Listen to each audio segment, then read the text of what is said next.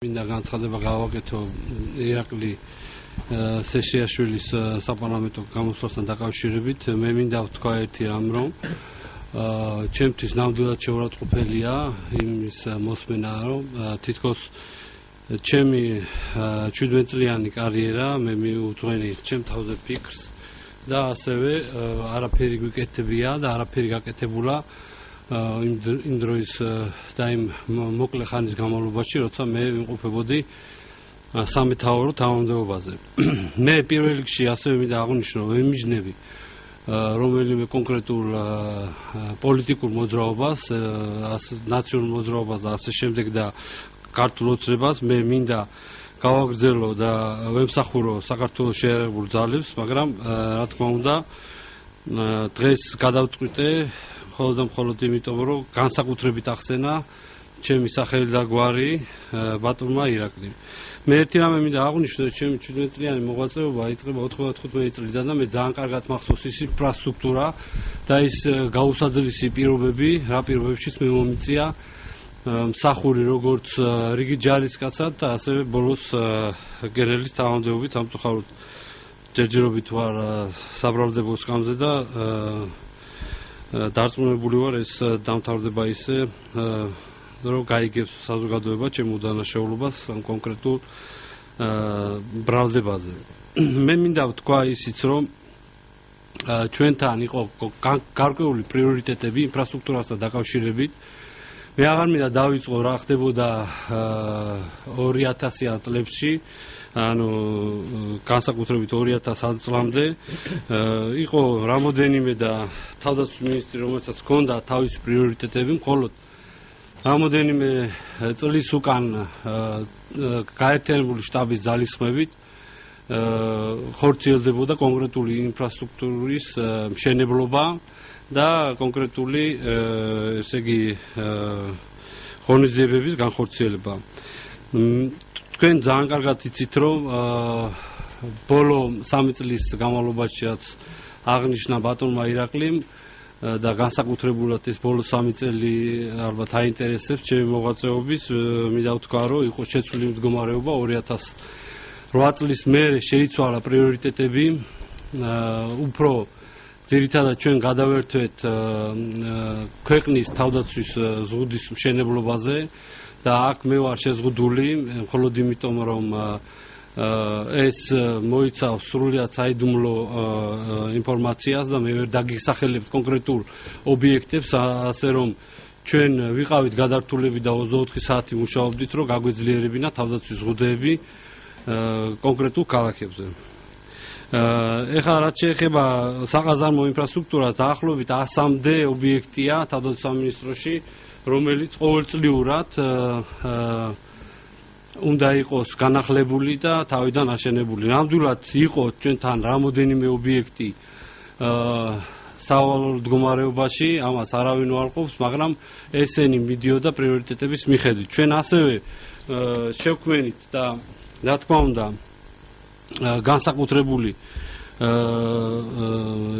როლი მიუძღვის ბატონ ბაჩვა ხალაიას, შევქმნით სამშენებლო ბატალიონი, ასევე ის დაკომპლექტდა თანამედროვე ტექნიკით და ჩვენ ვაშენებდით, როგორც უკვე გითხარით, ზემო აღნიშნულ ინფრასტრუქტურას. ასევე ჩვენ ძალიან ბევრი რამ გავაკეთეთ, კონკრეტულად გაერთიანებული შტაბის დროს იყო პრიორიტეტები სასწავლო სფერო და ნამდვილად საამაყოა ყველასთვის ის სამხედრო აკადემიის და ასევე კაითა კორპუსის ინფრასტრუქტურა, რომლითაც ჩვენ ვამაყობდა, შემიძლია გითხრათ, რომ ამიერკავკასიაში და ყოფილ საბჭოთა ქვეყნებში და უფრო მეტიც ახლო აღმოსავლეთში, ევროპის ქვეყნებში ესეთი დონის სამხედრო აკადემიები არ არის ჯერჯერობით გაკეთებული და ჩვენ ამით ვამაყობთ.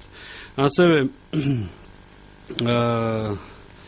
მინდა ვთქვა კონკრეტულ კაბინეტებზე, თქვენ მოგეხსენებათ, რომ 2010 წელს განახდა და საერთოდ გაუსაძლისი იყო გაერთიანებულ შტაბში ოფიცრების და სერჟანტების გაჩერება, განახდა ეს გაერთიანებული შტაბის შენობა და კონკრეტულ ამ შენობაზე იყო დღეს საუბარი. ასევე ჩემთვის მნიშვნელოვანი ის რომ როცა გაერთიანებული შტაბის უფროს წილს წამებენ ძალიან ბევრ რამეში ყოფილ უფროს და ასევე ჩემ ეს კარიერულ დასს უკავშირდნენ ამათ თუ იმ თანამდებობის პირებს ეს არ გამართლა და კიდევ ერთხელ მინდა დავადასტურო რომ არანაირი ნათესაური კავშირი არ მქონდა ნინო კალანდაძესთან და ხათაშორის არც ვიცნობ მას ახლოდან. ბატონო გიგი, ასევე დღეს საუბარი იყო მეოთხე ბრიგადაზე. თქვენ მეოთხე ბრიგადის ხელმძღვანელი იყავით თუ არ ვცდები. დღეს თავდაცვის მინისტრმა და ფინანსთა მინისტრმაც ისაუბრა, რომ მეოთხე ბრიგადაში მხოლოდ თავდაცვის იმიჯამინდელი მინისტრის ბაჩუ ახალაიას კაბინეტი იყო კარგად მოწყობილი და დანარჩენი თქვათ ოთახები, არ შეიძლება ვცდები, სწორედ თუ ამბობ ტერმინოლოგიას, იყო თქვათ სულად გაკეთებული, ანუ თანხა რომელიც გამოყოფილი იყო ჯარისკაცების ინფრასტრუქტურული თვალსაზრისით არასწორად იხარჯებოდა. თქვენი პასუხი რა იქნება? კი ბატონო, მე მინდა მოგიწოდოთ თქვენ პირადად ნახოთ მეოთხე ბრიგადა და იქ არსებული მეოთხე ბრიგადის შტაბი, რომელიც გაკეთდა და იყო გადაქცეული რაღაც ის იყო მთლიანად დანგრეული ყოფილი კლუბის შენობა, ვინც სამხედრო მოსამსახურეა.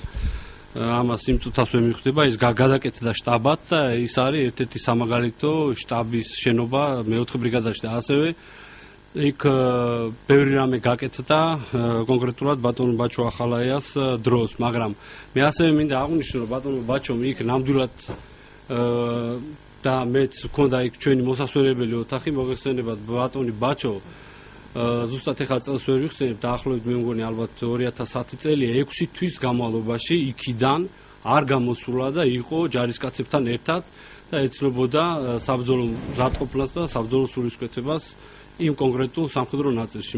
მოგეხსენებათ ის არის ერთ-ერთი დღესაც ერთ-ერთი ესეთი ძლიერი და ესეთი განსაკუთრებული ბრიგადა. მეოთხე ბრიგადას გულისხმობთ? დიახ, მეოთხე ბრიგადა. და ანუ თქვენ ამბობთ რომ მხოლოდ ბაჩუ ახალაიას კაბინეტი არ იყო კარგად გაკეთებული და სხვა თქვენ იქ არის თქვენ შეგიძლიათ ნახოთ მე თქვენ გითხარით თქვენ შეგიძლიათ ნახოთ რა სხვაობაა ჩვეულებრივი ბრიგადის მეთაურის კაბინეტსა და თავდაცვის მინისტრის მოსასვენებელ ოთახს შორის.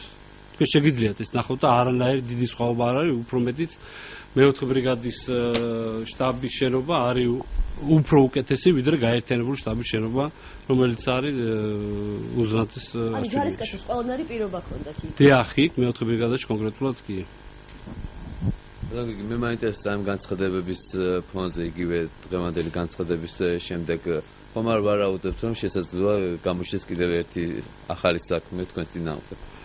მე ყველაფრისთვის ვარ მზად, ყველა შეკითხვას უპასუხო, მე ასევე მოუწოდებ აქედან ბატონ ირაკლი სესიაშვილს თუ რამე შეკითხვა აქვს მას, მე ვარ ნამდვილად დიდი ინფორმაციის მატარებელი, შეუძლია და მე მაგ დრო იმისათვის რომ შევხვდე თუ მას აქვს დრო და თუ აქვს მას სურვილი, და კონკრეტულ შეკითხვებზე კონკრეტული პასუხები მაქვს და შემიძლია გავცე, იმიტომ რომ თქვენ მოგეხსენებათ ეს არის სამხედრო საიდუმლოებასთან დაკავშირებული და მე არ შემიძლია ეს გამოვიდე და კონკრეტულ რომელიმე ობიექტზე ვისაუბრო რატო და რა დანიშნულებით მოხდა ამ შენობის ან გარემონტება ან თავიდან აშენება. ასე რომ არ გამორიცხვა ბევრი შეკითხვა შეიძლება გქონდეთ კონკრეტულად დღევანდელ ხელისუფლებას. დიდი მადლობა.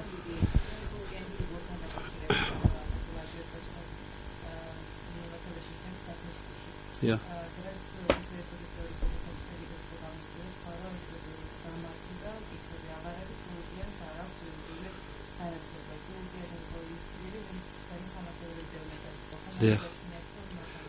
მე პირიქით გეტყვით იმას, რომ მე უფრო ვარ დაინტერესებული, რომ ეს საქმე არსებითად იყოს განხილული, მე არ მინდა ეხლა ვიღაცის თუ არსებობს ეს შეცდომა, იმ შეცდომებზე ვილაპარაკო, პირიქით მინდა რომ დაესწროთ თქვენ, კონკრეტულად ვიცი რომ ესე იგი აქვს უკვე მედიას იმის საშუალება რომ სასამართლოზე მიიღოს მონაწილეობა და გავმართლდე და ნახო საზოგადოებამ თუ რა ბრალდებები წამეყენა ქალბატონმა თეამ. ასე რომ ეს ჩემთვის დიდ მნიშვნელობას აწარმოადგენს, მას ახერხებს დიპლომი თუ არა. Hallo.